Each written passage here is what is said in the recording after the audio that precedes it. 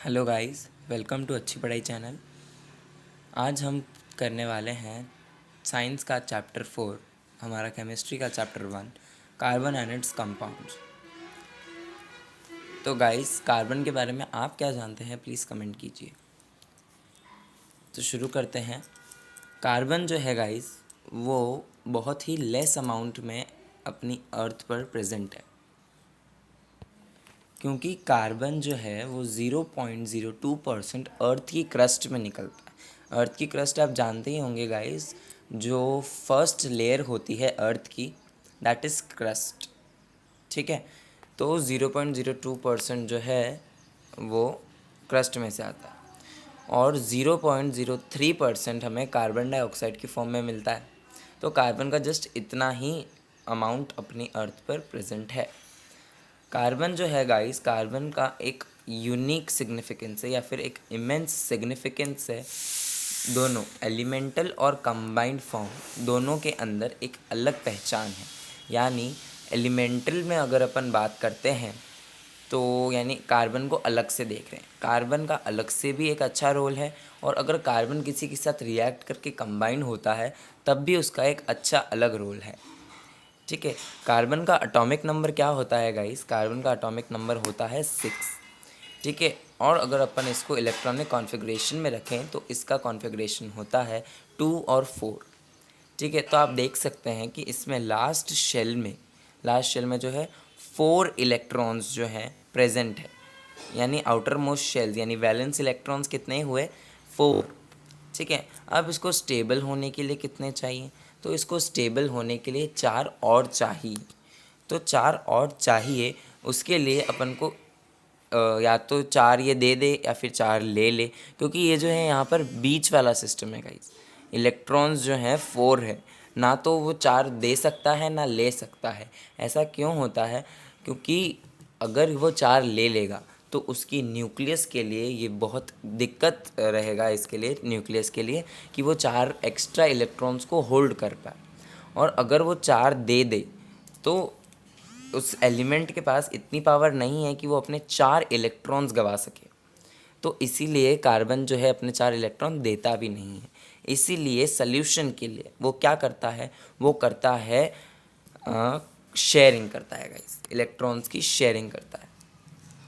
ठीक है, और शेयरिंग ऑफ इलेक्ट्रॉन्स क्या होता है? Covalent bonds. Sharing of electron से जो बॉन्ड्स बनते हैं वो होते हैं कोवेलेंट बॉन्ड्स।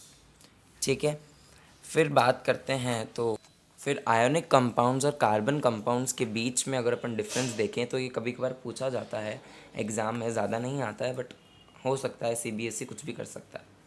ठीक है, तो आयोनिक कंपाउंड्स जो होते हैं उनका जो है high melting point, boiling point होता है, और वो गुड कंडक्टर्स ऑफ इलेक्ट्रिसिटी होते हैं।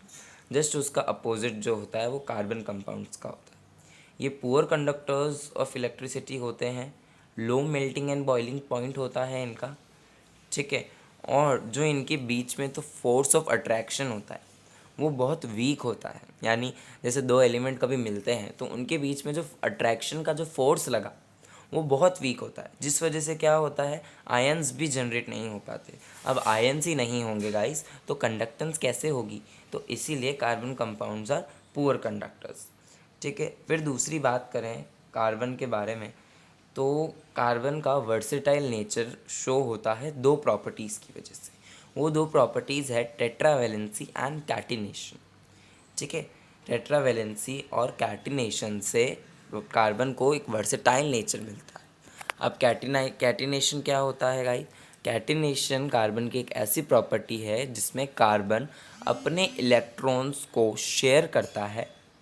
ठीक है, अपने इलेक्ट्रॉन्स को शेयर करता है, और देन शेयरिंग ऑफ इलेक्ट्रॉन्स के बाद में, अब अगर आप पूछो किससे शेयर करता है भाई, तो कार्बन शेयर करता है या तो खुद के ही जैसे कार्बन भाई से या फिर किसी दूसरे एलिमेंट से। ठीक है, तो वो उससे शेयर करने के बाद में लार्ज कंपाउंड बनाता है। उसी प्रॉपर्टी को हम बोलते हैं कैटिनेशन। ये जो कैटिनेशन है, कार्बन के अलावा सिलिकॉन भी जो है इस प्रॉपर्टी को करता है। ठीक है, एग्ज़ाम में केस स्टडीज़ में कभी कभार पूछा जाता है कि name one element which also perform the property of catenation. ठीक है, तो आपको उसमें सिलिकॉन लिख के आना है, आपको पूरे मार्क्स मिलेंगे, क्योंकि कार्बन सिलिकॉन ये एक ही ग्रुप में आते हैं। अगर अपन ग्रुप की बात देखते हैं तो ये एक ही ग्रुप में आते हैं और इनकी वैलेंसी सेम होती है, इसीलिए जो है प्रॉपर्टीज़ भी सेम होती है। ठीक है, फिर अपन बात करते हैं गाइस टेट्रावैलेंसी की। तो टेट्रावैलेंसी क्या होता है? टेट्रावैलेंसी जो है, कार्बन की वैलेंसी 4 होती है, क्योंकि उसको 4 इलेक्ट्रॉन्स चाहिए होते हैं स्टेबल होने के लिए। तो ये जो चीज़ है वो है टेट्रावैलेंसी, यानी कार्बन की ऐसी प्रॉपर्टी, या मतलब कोई भी एक एलिमेंट की ऐसी प्रॉपर्टी जिसमें जो है वैलेंसी 4 हो, वो टेट्रावैलेंसी होती है। अब अगर बात करते हैं तो टाइप्स ऑफ बॉन्ड की बात करते हैं। ठीक है, फॉर एन एग्जांपल ले लेते हैं हाइड्रोजन एंड हाइड्रोजन। अब हाइड्रोजन है, उसका एक जो है एक इलेक्ट्रॉन है। दूसरा अगर एक हाइड्रोजन जिसके पास भी एक एटम इलेक्ट्रॉन होता है, वो अगर साथ में पेयर बनाए और शेयर करे अपना एक एक इलेक्ट्रॉन। ठीक है, तो यहाँ पर आप देख सकते हो गाइस कि यहाँ से 1 pair of electron is shared. जहाँ पर भी सिंगल पेयर शो होता है, सिंगल पेयर का जो है एक्सचेंज या शेयर होता है, वहाँ पर सिंगल बॉन्डिंग होती है। और ऑक्सीजन, फॉर एन एग्जांपल अब लेते हैं ऑक्सीजन। ऑक्सीजन में अब आप देखो, ऑक्सीजन का एटॉमिक नंबर क्या होता है? 8। तो उसका कॉन्फ़िगरेशन क्या होगा? 2n6। ठीक है, अब 2n6 होगा तो लास्ट में कितने हैं? 6। तो ऑक्सीजन के चारों तरफ अपन 6 जो है, जो भी अपन जिस डॉट स्ट्रक्चर से डिनोट कर रहे हैं वो बना देंगे। दूसरे ऑक्सीजन में भी अपन ऐसा कर देंगे। दो दो इलेक्ट्रॉन्स ये आपस के ऑक्सीजन से ले लेगा, क्योंकि उनको 2 चाहिए स्टेबल होने के लिए। तो इस वजह से जो है ये यहाँ पर 2 पेयर शेयर हो रहे हैं, 2 ऑक्सीजन वो भी दे रहा है, 2 ऑक्सीजन वो भी दे रहा है। ठीक है, तो यहाँ पर 2 पेयर की शेयरिंग हुई, तो इसको अपन बोलेंगे डबल बॉन्ड। सिमिलरली नाइट्रोजन में 3 पेयर शेयर होते हैं, तो वहाँ पर ट्रिपल बॉन्ड होगा। ठीक है, सिंगल, डबल और ट्रिपल बॉन्ड कंप्लीट हो चुका है गाइज आप लोग इसका जो है स्क्रीनशॉट भी ले सकते हो, तो जल्दी से ले लो। अब आगे पढ़ते हैं अपन। अब अपन पढ़ लेते हैं मीथेन के बारे में। तो मीथेन के बारे में सबसे पहले इसका मॉलिक्यूलर फॉर्मूला होता है CH4। ठीक है, यानी यहाँ पर एक कार्बन प्रेजेंट है और 4 हाइड्रोजन के एटम्स प्रेजेंट है। ठीक है, अगर ये आपस में शेयरिंग करें, यानी एक कार्बन और 4 हाइड्रोजन शेयर करें, तो कार्बन के पास तो 4 हैं और हाइड्रोजन के पास एक एक ही है। तो अगर अपन इस तरीके से कुछ स्ट्रक्चर बनाएं, तो हाइड्रोजन के पास भी 2 इलेक्ट्रॉन पूरे हो गए, इसके पास भी, इसके पास भी, इसके पास भी, तो जो है सिर्फ, और कार्बन के पास भी हो गए, तो ये एकदम स्टेबल हो गया। तो CH4 में जो है ये एकदम स्टेबल हो गया है। अब यहाँ एन क्यों लगा है गाइस? एन जो है वो सिंगल बॉन्ड होता है, और इन जो है वो डबल बॉन्ड, आइन जो होता है वो ट्रिपल बॉन्ड। ये बॉन्ड्स के जो है कुछ बेसिकली सिग्निफिकेंटली जो है कुछ सीरीज़ दे रखी है, जिसमें एन यानी सिंगल बॉन्ड वाली सीरीज़, इन यानी डबल बॉन्ड वाली, और आइन यानी ट्रिपल बॉन्ड वाली। अब इन सीरीज़ के बाद में अपन बात करें तो जो है मीथेन एक कंपाउंड, मीथेन एक कंपाउंड है कार्बन का, जो यूज़ होता है फ्यूल के रूप में। ठीक है, और ये मेजर कंपोनेंट ऑफ बायोगैस और CNG भी है। बहुत सी बार ऐसे क्वेश्चन आ जाते हैं केस स्टडी में, जिसमें क्या होता है, जिसमें ये होता है गाइस कि है ना, ऐसा क्वेश्चन आ जाता है कि राइट द मॉलिक्यूलर फार्मूला और draw the electron dot structure of the major component of biogas और CNG। तो आपको वहाँ पता होना चाहिए कि वहाँ किस कंपाउंड के बारे में बात हो रहा है। ठीक है, अगर आपको ये नहीं पता है तो आप मार्क्स खो देंगे गाइस। इसीलिए मेजर कंपोनेंट ऑफ बायोगैस और CNG है CH4।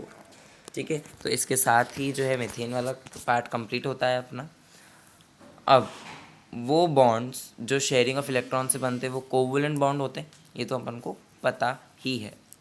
अब कोवलेंट कंपाउंड्स जो होते हैं, ठीक है, वो कोवलेंट बॉन्ड से जो कंपाउंड बनते हैं वो कोवलेंट कंपाउंड हुए। तो वो जो कंपाउंड होते हैं उनके जो है बहुत ही स्ट्रॉन्ग बॉन्ड्स बनते हैं। ठीक है, बहुत ही स्ट्रॉन्ग बॉन्ड्स बनते हैं। इनके बीच का मॉलिक्यूलर फोर्स वीक होता है, ये अपन ने पढ़ा था। ठीक है, ये मतलब कार्बन कंपाउंड और कोवलेंट कंपाउंड एक ही हुआ, क्योंकि कार्बन भी कोवलेंट बॉन्डिंग से ही तो अपने कंपाउंड बना रहा है, इसीलिए कार्बन कंपाउंड और कोवलेंट कंपाउंड की जो प्रॉपर्टीज़ है बेसिकली सिमिलर होती है। ठीक है, तो यहाँ पर भी पुअर कंडक्टेंस है। ठीक है, और इलेक्ट्रॉन्स जो है are shared and no ions are formed. अगर इलेक्ट्रॉन शेयर होते हैं तो वैसे भी कोई आयन नहीं बनते हैं गाइस। ठीक है, और लो मेल्टिंग और बॉइलिंग पॉइंट होता है इनका। ठीक है, तो आपसे पूछा जा सकता है कि why covalent compounds are bad conductors of electricity.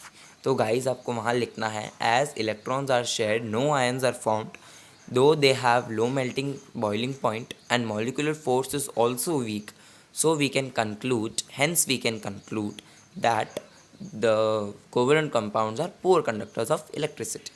ठीक है, तो फिर बात करते हैं एलोट्रोप्स की। अब एलोट्रोप्स क्या होता है? एलोट्रोप्स यानी फॉर एन एग्जांपल अपन ले लेते हैं कि आप हैं, ठीक है गाइज, आप हैं, आप अपने मम्मी पापा के एक अंश हैं।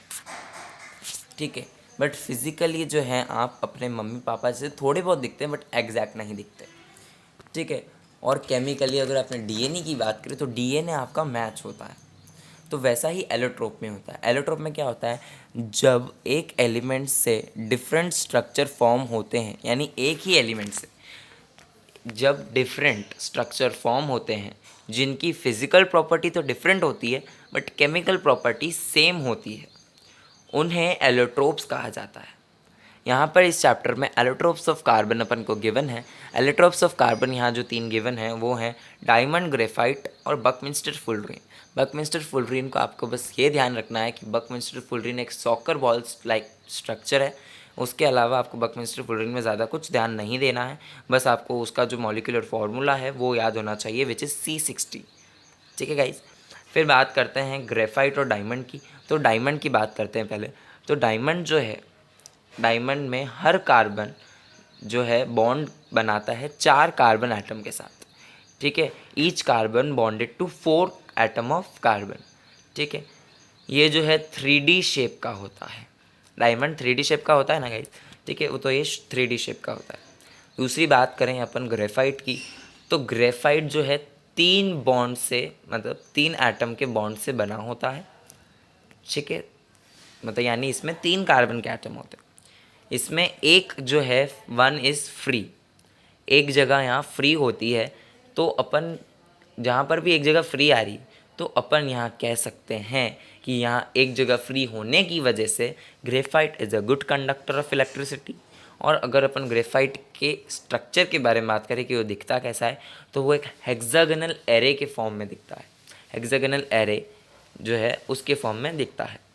फिर बात करते हैं कि जो नेचर होता है ना कोवलेंट बॉन्ड्स का, वो बहुत सारे लार्ज नंबर ऑफ कंपाउंड्स बनाने में हेल्प करता है।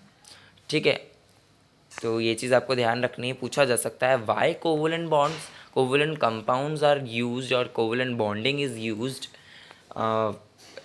जबकि जो है कार्बन जो है कोवलेंट कंपाउंड और कोवलेंट बॉन्डिंग क्यों यूज़ करता है, तो ऐसा पूछा जा सकता है। फिर बात करते हैं कार्बन की एबिलिटी के बारे में, जिसमें वो बॉन्ड्स बनाता है दूसरे एटम के साथ में। ठीक है, या फिर दूसरे एलिमेंट के साथ में वो कैटिनेशन होता है, पढ़ लिया। टेट्रा वैलेंसी के बारे में देखते हैं तो वैलेंसी 4 होती है। इन दोनों से वर्सेटाइल नेचर मिलता है। अब अपन ने सिंगल, डबल और ट्रिपल बॉन्ड पढ़ लिया गाइस। तो जो सिंगल बॉन्ड वाले जो कार्बन के कंपाउंड्स जो सिंगल बॉन्ड के अंदर लिंक्ड होते हैं, वो होते हैं सैचुरेटेड कंपाउंड्स। और कार्बन के वो कंपाउंड जो डबल या ट्रिपल बॉन्ड से लिंक्ड होते हैं वो होते हैं अनसैचुरेटेड कंपाउंड्स। ठीक है, और कार्बन और मतलब कार्बन के अलावा वैसे कोई कैटिनेशन परफॉर्म नहीं करता है, बट सिलिकॉन का काफ़ी हद तक कर लेता है और उसके ग्रुप वाले जो हैं वो कर सकते हैं। ठीक है, फिर बात करते हैं जो फॉर्मेशन होता है कार्बन का। ठीक है, मतलब जो कार्बन के जो बॉन्ड्स बनते हैं वो बहुत स्ट्रॉन्ग होते हैं। ऐसा क्यों होता है? क्योंकि कार्बन का जो एटम होता है वो स्मॉल होता है। क्योंकि गाइस जो बॉन्ड्स जो बनते हैं अगर बड़े एटम से बनते हैं ना तो वो बहुत वीक होते हैं, ठीक है, वो बॉन्ड्स बहुत वीक होते हैं। बट कार्बन के जो एटम है वो छोटे हैं, इस वजह से है जो है वो स्ट्रॉन्ग बॉन्ड बनाता है। फिर अगर अपन बात करते हैं अगर, तो एक होमोलोगस सीरीज़ की बात करते हैं। तो होमोलोगस सीरीज़ क्या होती है गाइस?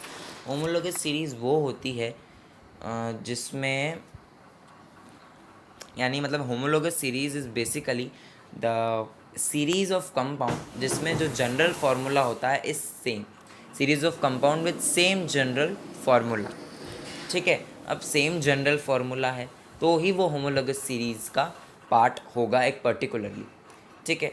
होमोलोगस सीरीज़ में जो है फिज़िकल प्रॉपर्टीज़ चेंज रहती है, ठीक है। और फिर अपन बात करते हैं कि जब कोई न्यूमरस कॉम्बिनेशन जब इस होमोलोगस सीरीज़ में यानी मतलब कुछ केमिकल मॉलिक्यूल्स का एक पार्ट बन जाती हैं, उन्हें फंक्शनल ग्रुप कहा जाता है, ठीक है। फंक्शनल ग्रुप कहा जाता है, ठीक है। डिफरेंट फंक्शनल ग्रुप्स भी अपने एग्ज़ाम में पूछे जा सकते हैं कि आपको एक पूरा कंपाउंड बना हुआ दे दिया विद फंक्शनल ग्रुप और आपको पूछ लिया कि ये फंक्शनल ग्रुप जो है कौन सा फंक्शनल ग्रुप है और ये जो 3-4 कंपाउंड है वो होमोलोगस सीरीज़ में है कि नहीं, तो ऐसे क्वेश्चंस आ सकते हैं, ठीक है। फिर बात करते हैं कार्बन के नेचर के बारे में। तो carbon is very friendly guys, ठीक है। So it can form bonds with other elements, ठीक है। कुछ hetero atoms are halogens, oxygen, nitrogen and sulphur. ये कुछ हीट्रो एटम्स हैं, ठीक है, जो कार्बन और हाइड्रोजन से नहीं बनते। वो कुछ जो है एटम्स यानी मतलब जो वो कंपाउंड्स कार्बन के जो हाइड्रोजन और कार्बन से बनते हैं वो होते हैं हाइड्रोकार्बन, ठीक है। वो होते हैं सिंगल, डबल और ट्रिपल बॉन्ड के अंदर, ठीक है। तो सिंगल, डबल और ट्रिपल में सिंगल में एन लगता है, डबल में ईन, ट्रिपल में आइन, ये हम ऑलरेडी डिस्कस कर चुके हैं। अब थोड़ी देर पहले अपन ने मीथेन के बारे में बात करी, तो आप सोच रहे हो कि उसमें मैथ क्यों लगा? जहाँ पर भी कार्बन का एक एटम यानी एक जो है कार्बन एक ही दिया होता है वहाँ पर मैथ लगता है। जहाँ 2 कार्बन होते हैं वहाँ एथ, जहाँ 3 वहाँ प्रॉप, वहाँ 4 वहाँ ब्यूट, 5 होते हैं वहाँ पेंट, 6 होते हैं वहाँ हेक्स, 7 होते हैं वहाँ हेप्ट और 8 होते हैं वहाँ ऑक्ट, 9 होते हैं तो नॉन और गाइस 10 होते हैं तो डेक, ठीक है। तो इस तरीके से कुछ चलता है। अगर आपको सिंगल में दिए हैं तो मीथेन, इथेन, प्रोपेन, ब्यूटेन ऐसा चलेगा। डबल में बोला है तो मिथीन, इथीन, प्रोपीन, ब्यूटीन, ठीक है। और ट्रिपल में बोला है तो मिथाइन, एथाइन, प्रोपाइन, ब्यूटाइन, इस तरीके से कुछ बनेंगे। अब बात करें जैसे एक कंपाउंड है ब्यूटीन। अब ब्यूटीन एक कंपाउंड है तो ब्यूटीन में आप देख सकते हो कि जिसमें 4 तो जो है कार्बन है, ठीक है, और कुछ हाइड्रोजन है। अब इसका जो है अपन स्ट्रक्चर 2 तरीके से बना सकते हैं, ठीक है। एक स्ट्रक्चर तो हो गया ये और एक स्ट्रक्चर हो गया ये। इसमें फ़र्क कितना है कि ये थोड़े ब्रांच्ड और उस फॉर्म में आ जाएगा, ये थोड़ा जो है चेन टाइप और उसमें आ जाएगा, मतलब बस फॉर्म्स चेंज करके। बट मॉलिक्यूलर फार्मूला सेम है बट स्ट्रक्चर अलग है, ठीक है। तो वो कंपाउंड जिसमें स्ट्रक्चर डिफरेंट हो बट मॉलिक्यूलर फार्मूला सेम हो उन्हें स्ट्रक्चर आइसोमर्स कहते हैं। तो बेसिकली डेफिनेशन क्या हुई? Different structure of same molecular formula are structural isomers. तो इसी के साथ चैप्टर खत्म हो गया है। वीडियो को लाइक करना, शेयर करना, सब्सक्राइब करना।